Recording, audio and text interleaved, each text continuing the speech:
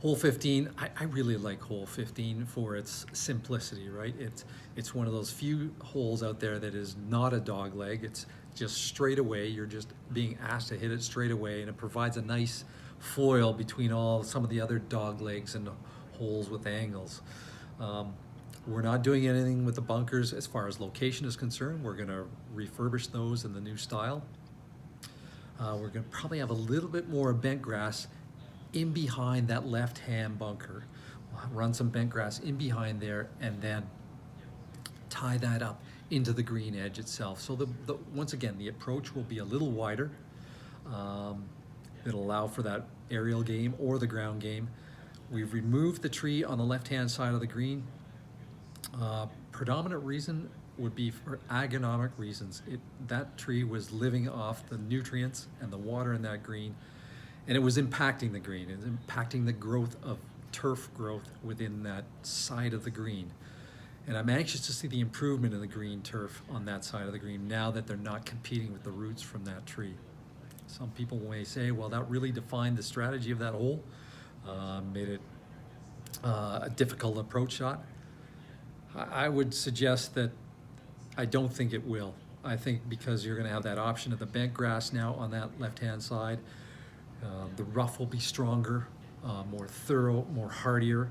So if you do miss that green, you're going to have to deal with perhaps rough that is more robust, and you're going to have to deal with bent grass too if you miss that green slightly.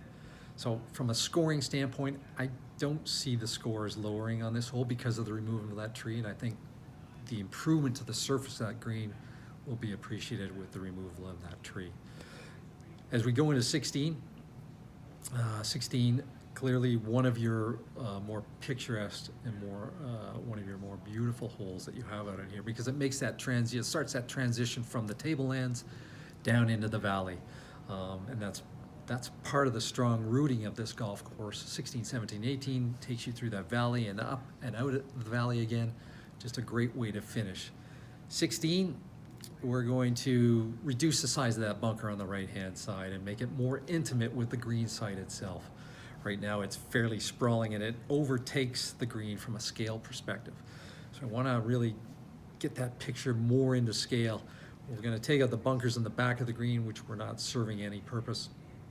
We'll keep that one on the left-hand side. So once again, the premium of being accurate off that tee is still in place, and it is a challenging tee shot, particularly from the back tees.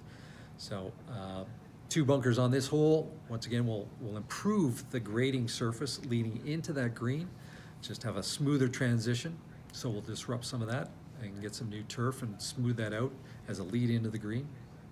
And as what I've been finding so far with some of your existing greens out here is, over the years, the top dressing process has kind of lifted the front edges of all these greens. So the grade really doesn't drop off from the front of the greens. It kind of goes out level and even up a little bit. So what we're going to do while we're in there, we're going to kind of smooth that transition from the front edge of the green and make it come down. So we've improved the definition of the front of that green. And we're doing that with numerous greens out here, not just 16. So that will be, I think, a real subtle change that will help this hole as well.